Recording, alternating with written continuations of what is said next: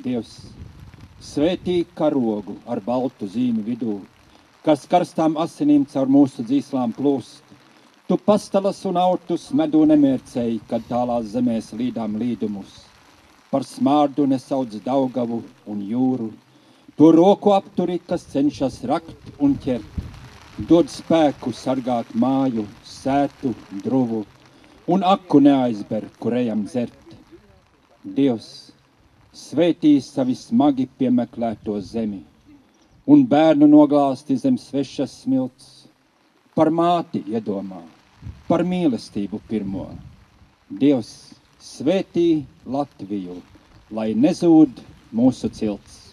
Sapnis par brīvību Latvijai piepildījās pirms 24 gadiem, un visvairāk to novērtē tie, kuri līdz mielēm izbaudīja padomju varas represijas. Vismaz čekisti mūs netvamdavojas.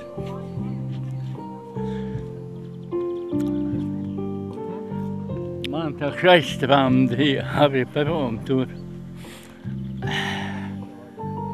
No vienvārdu sakot, 9 lieldienas nosildījos Staļina saulītē. Man personīgi tas nozīmē, ka es te vispār varu stāties te klāt, Tēvzemē, kur es nekad neesmu bijis. Tas ir, ko tas nozīmē, ka es te brīvi varu atbraukt un būt. Tas ir, ko tas nozīmē. Tāda nebija iespēja maniem vecākiem. Jo mazāk ar Latviju, tas man abstrakts bija. Pilnīgs abstrakts. Vecāki runāja par tādu Latviju, par tādu Rīgu, par tādu Daugavu. Un man tie vārdi tikai, man nebija taustams tas nemaz. Un tie teica, atpakaļ gan tur neviens netiks, labāk pa Austrāli paliec. Un tā mēs arī palikām. Visu izglītību, visu darbu nostrādāja Austrālijā. Aprecēja austrāļu sievieti, austrāļu bērnu. Un Latvija ir abstrakts, bija abstrakts. Pēdējo 10 gadu laikā Latvijas un ikvienas pilsētas vaipstos, tostarp arī Kandavā, jūtams arī Eiropas pieskāriens. Es zinu, ka to, par ko es balsoju, kāpēc es vēlos būt Eiropas Savienībā, tas ir piepildījies. Ir iespēja cilvēkiem mācīties, ir iespēja cilvēkiem ceļot, mēs esam brīvi un tajā pašā laikā es ļoti, ļoti vēlos, lai mēs nepazaudētu savu zemi, nepazaudētu savu latviešu valodu, nepazaudētu savu vēsturi, jo kādreiz ir vieglāk to noturēt tajā brīdī, kad mums kāds mēģina atņemt, tad mēs cīnījāmies ar zobiem un nagiem. Tagad, kad mums patiesībā tā ir dota, mums ir viņa tikai jānovērtē, jāmīlē un jālolo, mēs kādreiz mums liekas, ka tā ir ikdiena, un mēs to nenovērtējam. Būtu jauki, ja mēs visi novērtētu, cik ir laba šī sajūta būt savā valstī, savā zemē, arī savā Kandavā.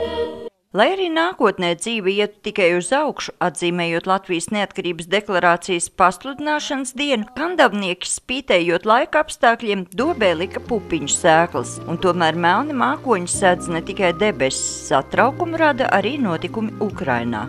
Notikumi Krimā apliecina to, ka aizlaik aizdomāties, kas ir vārds neatkarība, kas ir brīvība. Līdz ar to tas ir tas galvenais, un es uzskatu, ka katrs novada iedzīvotājs, arī valsts iedzīvotājs to novērtēs un ar citu attieksmi to baudīs. Ko jums pašam personīgi nozīmē neatkarība? Un tā ir brīvība. Tu esi neatkarīgs domās, darbos. Tās ir tās galvenās lietas.